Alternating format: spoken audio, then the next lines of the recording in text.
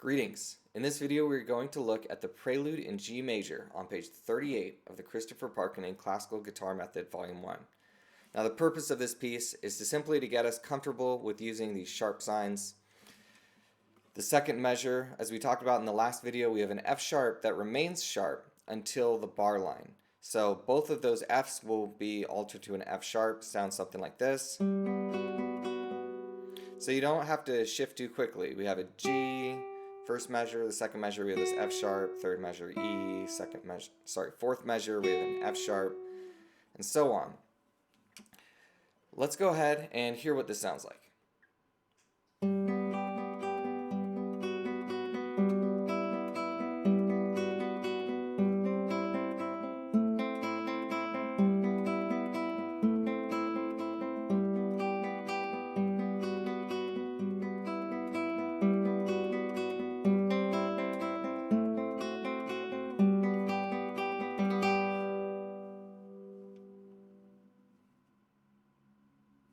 As always with any piece, I encourage you not to cut off those last notes too early. Try to make sure they last for a solid 3 beats, if not longer.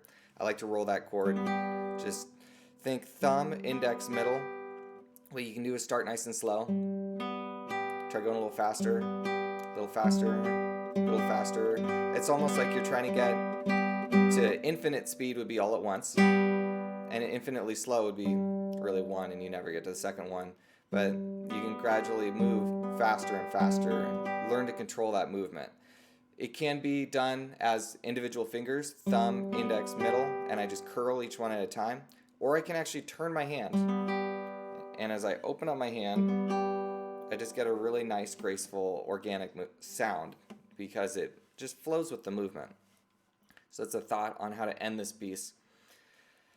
One suggestion I would make if you are trying to make this piece really glow is to try to change the fingers as late as possible. I don't always recommend that, but I think this piece especially has a sense of the lower two notes are a bit of an accompaniment and the higher note is a melody note. And if we can let it hang right until it changes, it almost sounds like someone is playing a separate instrument. It's as though you have a piano accompaniment and then someone's playing the flute and just playing this da da da da da da. If you can make it really flow, it sounds really nice. You can listen to the recording just now. I'm just going to revisit the first system. It sounds like this.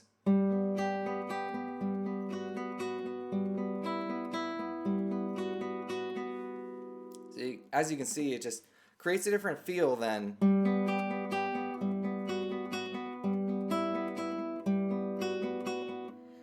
two different sounds, and it's not necessarily that one is right or wrong. It's just that you're going to get a different effect with whatever approach you take. So I encourage you to experiment with that, figure out what you like, and be able to play it both ways. If you're having any difficulty learning this piece, I encourage you, as always, to deconstruct it. So for example, if I take out the left hand, the most efficient way to learn music is hand separate. Then it's going to have this picking pattern throughout. I have this P, I, M, I, M, I.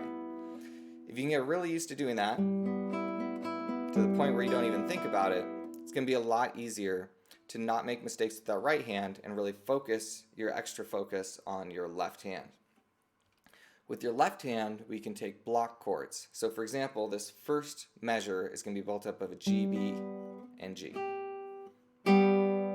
So instead of playing the picking pattern, we're just going to play a block chord, and then the next one.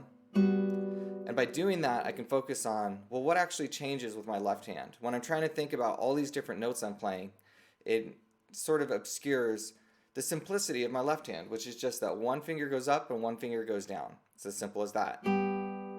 To nothing, to one fret. And then here, similar from the first measure to the second measure, one finger comes off and one finger goes down. Our middle finger comes off the F sharp, and our index finger is going to go onto a C on the next string. So it's a relatively simple change, and once we really get our brain and hand used to that, it's not going to be hard to combine that with the picking pattern. So our chords would look like this.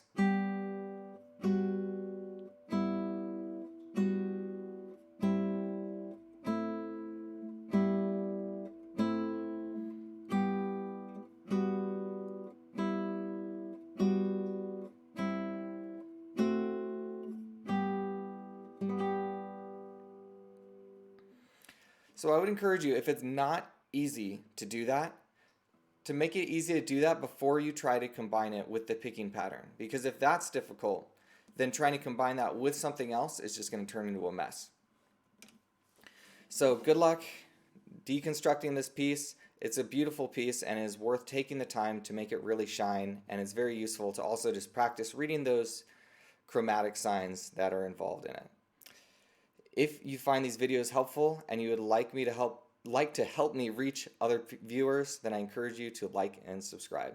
Thank you very much for watching, and God bless.